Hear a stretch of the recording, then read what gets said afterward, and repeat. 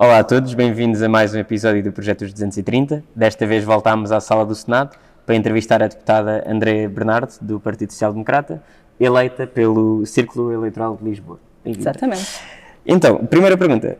Por acaso, estudámos na mesma faculdade, somos os dois da ESC, e então, para quebra-gelo, vou-te perguntar, qual foi a tua equipa de praxe?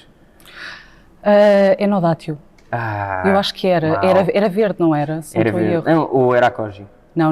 Era enodátil. Okay. E sabes que já não me faziam esta pergunta há muito tempo e saiu-me agora já. Uau, mas olha, nada mal. Mas confesso que, relativamente à questão das praxes, eu tentei fazer 2, 3 dias, 4, porque pensei, como é óbvio, tenho que fazer uma praxe, não é? Nem que seja saber o que é as praxes. Sim. Mas depois já estava envolvida também na política, já ocupava ali grande parte do meu tempo, tive ali 2 ou 3 dias, arranjei padrinhos, não é? Naturalmente, que tinha que fazer. Sim. Comprei depois a seguir ainda ao traje. Ainda trajaste? Ainda trajei, mas foi um dia. Um dia que fiz apenas o traje, quando foi depois na benção, não estou em erro até.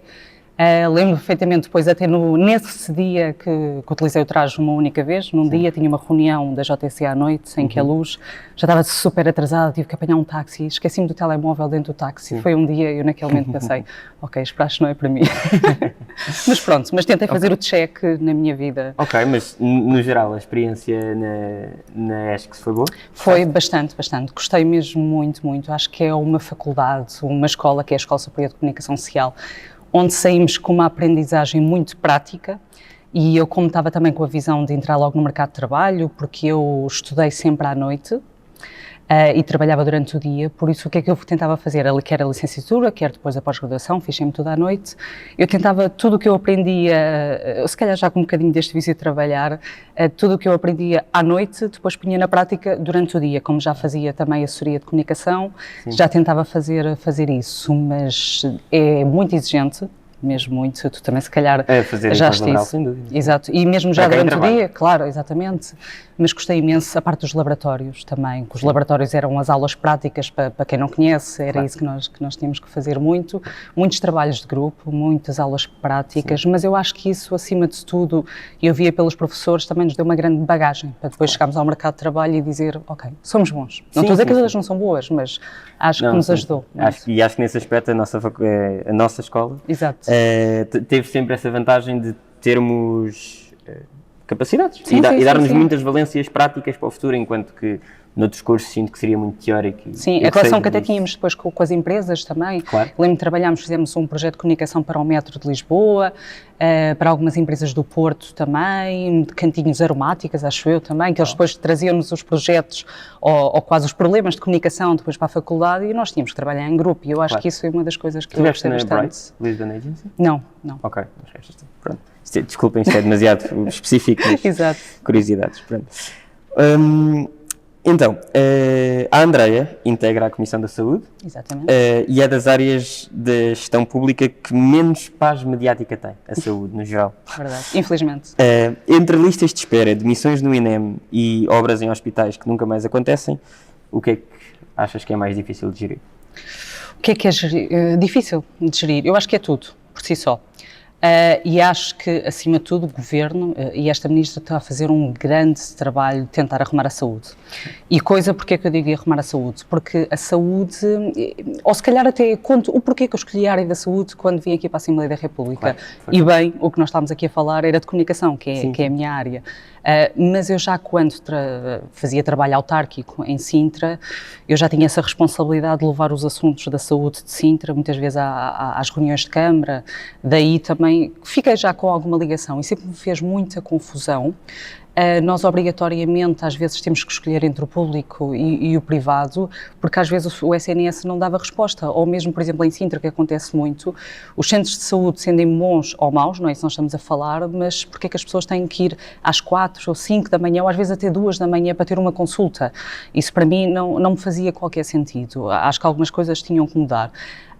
E existiram quase 8 anos de Partido Socialista, que foi os últimos tempos que tiveram a ser liderados agora pelo Partido Socialista, que apenas despejaram dinheiro na saúde, mas não trouxeram soluções para a saúde. Efetivamente, as pessoas não conseguem, como disseste e bem, são muitos os problemas, as listas de espera de operações, é insuportável alguém estar anos à espera de uma consulta ou de uma operação. E por isso, este é um dos nossos objetivos. Não conseguimos fazer em 2 meses, em 3 meses, em 1 ano resolver tudo, mas há certas coisas muito cirúrgicas que estamos a resolver a vida das pessoas e acho mesmo que nós na saúde temos muito a fazer e temos uma ministra que está com muita vontade. E pergunto-te também acerca destas coisas más todas que infelizmente acontecem. No plano geral, visto que és deputada pelo Círculo de Lisboa, então tens várias coisas a cobrir, mas também no plano específico, especificamente do Hospital Professor Dr. Fernando Fonseca, Exato. Mais conhecido por Amadora Sintra, que é da tua região. Sim, é um hospital que atualmente não serve toda a gente, infelizmente. Falamos, e bem, que Sintra necessita de um hospital grande atualmente, e não é segredo nenhum, a Câmara Municipal de Sintra construiu um hospital, mas que não vai servir toda a gente. Nós até dizemos que é um polo hospitalar, não vai, naturalmente, que vai ajudar a colmatar algumas das falhas existentes, naturalmente. Não estamos a dizer o contrário, daí que eu também fui uma das pessoas que o aprovei a construção quando estava em reunião de Câmara. Mas o Hospital Amadora Sintra atualmente já é pequeno para a quantidade de pessoas que serve atualmente, quer Amadora, quer Sintra. E nós não nos esquecemos que Sintra é o 2º maior concelho do nosso país. Eu digo isto muitas vezes porque é esquecido, está aqui ao lado e tantas pessoas que trabalham em Lisboa fazem aqui um transporte quase pendular e depois não têm essas devidas condições. Uma delas é a saúde e o Amadora Sintra tem que ser olhado, tem que ser pensado, propriamente dito, e acho que quem está lá a trabalhar, os profissionais de saúde, dão muito de si. São pessoas mesmo valiosas todos os dias. Se o que está a acontecer de bem, são os profissionais de saúde tratam as pessoas de uma forma unânime, de uma forma espetacular e acho que isso também é de valorizar. Claro. Falas muito de Sintra, é normal, és sintrense e foste vereadora. Exatamente, sim, da oposição. Da oposição, pois, sim. Mas fiz aprovar algumas coisas, pode por ser isso... que este ano mude, não sabemos. Eu acredito, mas... sim. Pronto, e era isso. Eu lembro-me em conversa termos falado que falta muita coisa em Sintra e uma das coisas que eu acho que me lembro de me teres dito foi que falta o orgulho de ser sintrense. Sim. O que é que define? Explica melhor isso. Sim, é verdade, ainda bem que lembras disso. É uma discussão que eu às vezes tenho com algumas pessoas, porque a maior parte das pessoas que vivem em Sintra, talvez jovens como nós, tu és mais jovem que eu, mas nascemos em Sintra, é um dos concelhos mais jovens do nosso país, mas depois quando é para comprarmos uma casa ou para escolher onde viver, pensamos sempre, e eu digo isto até por experiência própria e amigos meus, pensam sempre ou Cascais, irem, ou Oeiras, ou até Odivelas, ou até Loures, não pensam em comprar uma casa em Sintra. Eu às vezes ponho-me a pensar, mas porquê que tal acontece? Porque se calhar não tem as condições ou não tem a qualidade de vida atualmente ainda que deveria existir, quer para um jovem, quer para as pessoas que são menos jovens também atualmente. Tem transportes públicos, é aqui ao lado, mas talvez estes serviços não são tão assim eficientes como deveriam ser. E nós vemos isso quando há greves, por exemplo, a imagem que até dá na televisão de manhã logo, qual é que é? É algum repórter que está ou na estação da Gualva Cacém, por exemplo, ou então em Algueirão Mãe Martins, que é uma das estações... e é curioso, e agora lembrei-me disso, porque Algueirão Mãe Martins é a freguesia maior da Europa. Tem cerca de 60 mil habitantes, pois, eleitores, naturalmente são muitos também, e atualmente ainda é quase um apiadeiro. Não é uma estação e há certas coisas que deveriam sim, nem tem cobertura. Exatamente. Sim. E há certas coisas que, ou então mesmo a estação da Portela de Sintra, que chove no inverno lá dentro e faz-me um bocadinho de confusão depois das pessoas não dizerem com aquele sentido de orgulho, não, sou de Sintra, ou moro no Cacém, moro em Massamá, moro em Queluz, no limite dizem que são de Sintra. Pois. Claro, Palácio de Sintra, naturalmente, claro. Que parece bem, mas falta um bocadinho esse orgulho e eu acho que era importante trazermos de volta isso. Okay. A Andreia trabalhou em estratégias de comunicação e por essa razão vou-te pedir para fazermos um pequeno exercício. Okay. Vou-te pedir que me digas o que é que pode ser aprimorado na oratória e na comunicação com o eleitorado dos líderes dos 3 maiores partidos representados na Assembleia da República. Pela ordem que quiseres. É uma pergunta interessante, quer dizer, não, posso dizer porque atualmente já não trabalho política, Ok.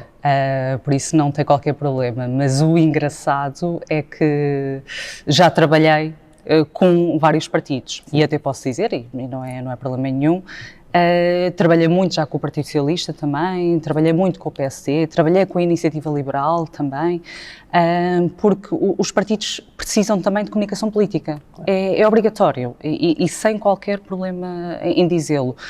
Se os partidos políticos ou se os atores políticos tomam decisões políticas, pensam, têm ideias, propostas, elas têm que ser comunicadas, porque senão, infelizmente, a população ou as pessoas lá fora não sabem o que é que aconteceu.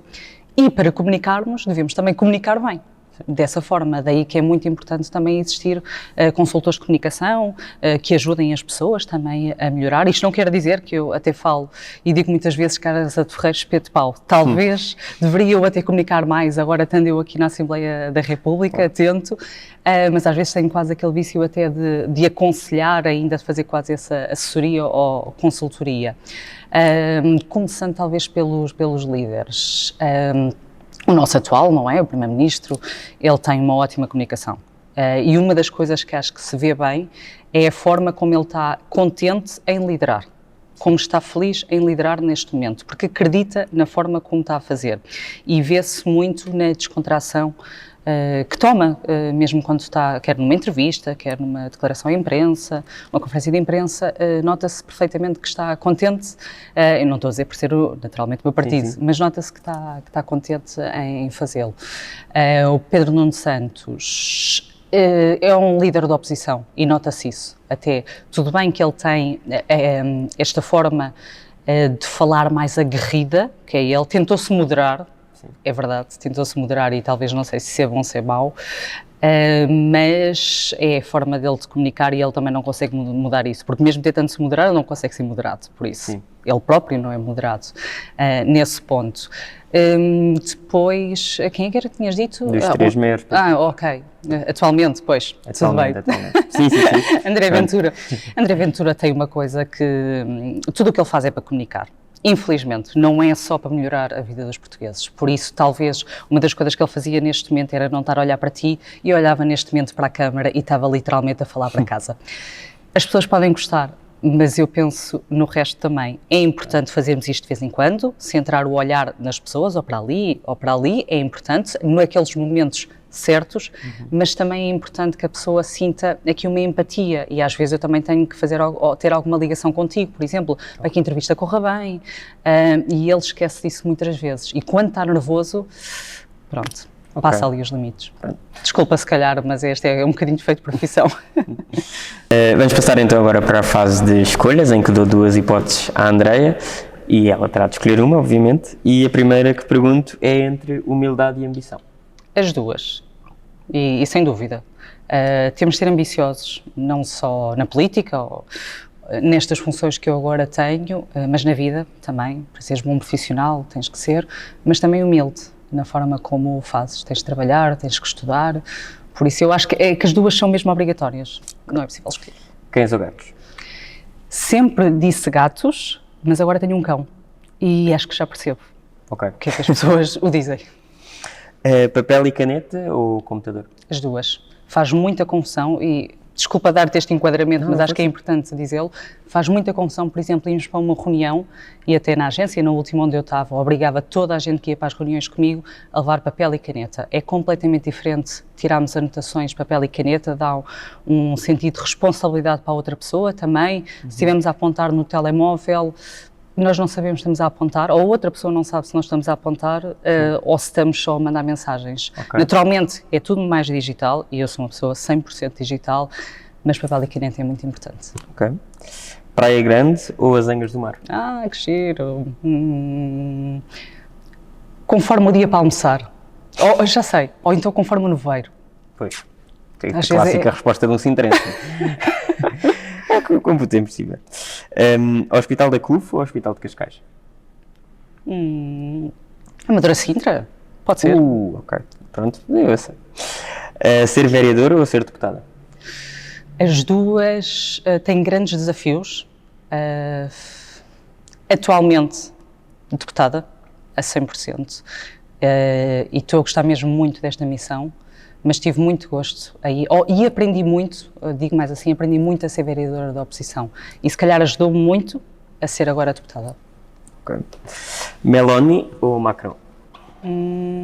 Macron. Queijada ou travesseiro? Travesseiro quente, quentinho. Okay. Netflix ou Disney Plus? Netflix. Sintrense ou Real Massamá? Tento apoiar os dois. Ok. E o 1º de dezembro também? Também. E quando há jogos dos grandes, também tento ir. Se pudesse escolher onde seria o próximo dia de Portugal, em que localidade seria? Eu gostava que fosse em Sintra. Ok. Ainda por cima estamos aqui ao lado, não é? Por isso. Sim. És convidada para falar numa escola e pedem-te para sugerir um nome de outra pessoa, de uma pessoa de outro partido para ir contigo. Quem é que escolhes? E outro partido? Isto não tanto sempre à volta de Sintra, mas convidava uma pessoa que era o Sérgio Sousa Pinto. Pelas duas... Primeiro, pela pessoa em si.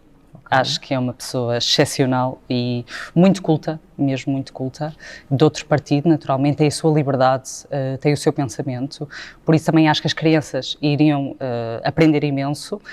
Atualmente ele é Presidente da Assembleia Municipal de Sintra, por isso quem o conhece acho que percebe como é que são as nossas Assembleias Municipais, por isso eu e ele, acho que estávamos aqui uma boa dupla a ir numa escola. Ok.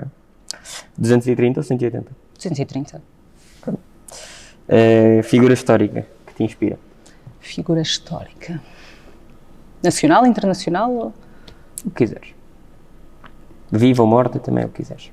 Se calhar posso ir para uma nacional e que tenho acompanhado, que fui agora também há pouco tempo ver uma peça, o Rui de Carvalho, que fiquei mesmo admirada e até estava a pensar para mim, com aquela idade, não é só a admiração que temos, é pelo que fez, mas a admiração pelo que ainda continua a fazer e tenta passar, não só o apoio às artes, mas o pragmatismo que ele dá. Eu acho que isso é daquelas coisas. Eu gostava, primeiro, de chegar à idade dele, naturalmente, mas da forma como ele ainda está e está a trabalhar todos os dias.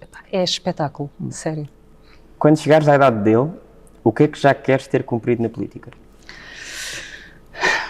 Aquela frase tão básica, não é? Melhorar a vida de alguém, que tentar, mas eu acho que, eu sempre digo, e olha, quando vou às escolas digo sempre isso. Primeiro, porque é que quis ser deputada ou porque é que quis ser política? Isto não se escolhe, vai acontecendo, e pelo menos na minha vida foi acontecendo. Nunca disse, havia muitos amigos meus que diziam, tu um dia vais chegar a deputada. Nunca pensei mesmo isso, nunca foi um objetivo, as coisas, e os convites foram acontecendo, e isso também acho que ainda é melhor. Mas onde eu me empenhar, ou onde eu estiver, se eu conseguir fazer a diferença, se eu conseguir levar uma proposta e ela for aprovada, acho que vale a pena. Ok. País que nunca visitaste e queres visitar? Japão. Acho que sim. Pronto. E agora, palavras soltas, eu vou-te dizendo palavras, vai-me dizendo aquilo que vier à cabeça. Londres. Movimento. Ou também que não tem sol. Isso faz-me confusão. Okay. Sintra também não tem. Pois é, eu sei. Desculpa. Mas é um microclima, nunca se sabe também como é que se chega lá. Também. Às vezes chega-se lá e até ao meio-dia, é verdade, não tem sol. A partir do meio-dia já tem, principalmente nas praias. É verdade, sim, senhor. Comunismo? Ultrapassado. Comunidade? Essencial. Saramago?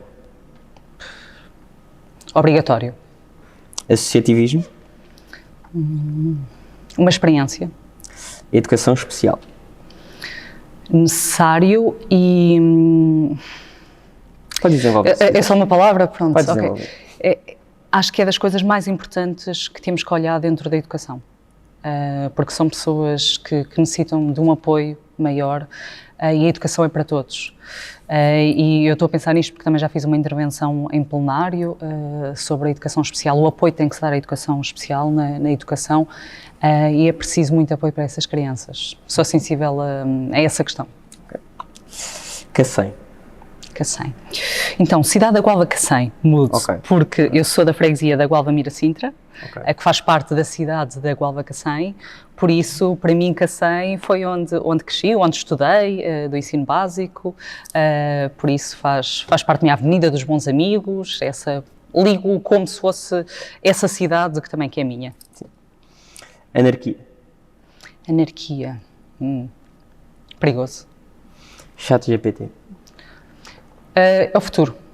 Felizmente ou infelizmente, é o que é e temos que saber usar. Elevador social. Não está a funcionar, deveria funcionar mais, mas é essencial. Mas muitos dos jovens que estão a dar provas atualmente, repara-se também que o elevador social funciona. Se nós quisermos, também depende de nós esse elevador social. Eu acho que isso é importante dizer, depende de todos, mas de nós jovens também. Mas a educação para todos, gratuita, naturalmente, se tivermos as possibilidades de ser privado, que seja, mas a educação como um elevador social é obrigatório mesmo. E isso é que faz a diferença. E se tivesses de definir Portugal numa palavra, qual seria? Único. E qual é, para terminar, a mensagem que queres deixar aos portugueses? Acima de tudo, que não nos devemos esquecer que temos um país único, e até começo por aí, que devemos ter muito orgulho onde nascemos, onde crescemos.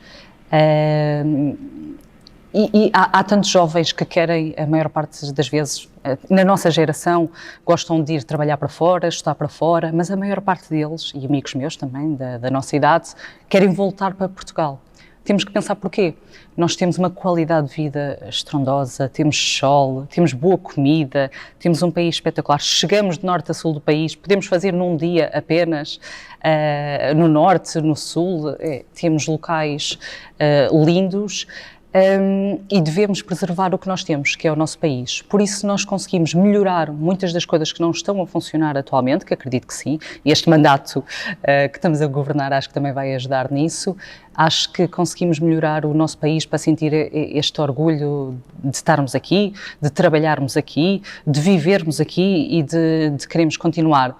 Da minha parte, podem continuar com esta vontade, ou terem a certeza que eu assumo esta missão com muito amor, com muita paixão e tentar melhorar a vida das pessoas. Andreia, muito obrigado. Obrigada também. Obrigado a vocês por terem assistido. Continuem a acompanhar o nosso trabalho nas redes sociais, que vamos continuar a entrevistar os deputados da Assembleia da República. Até à próxima.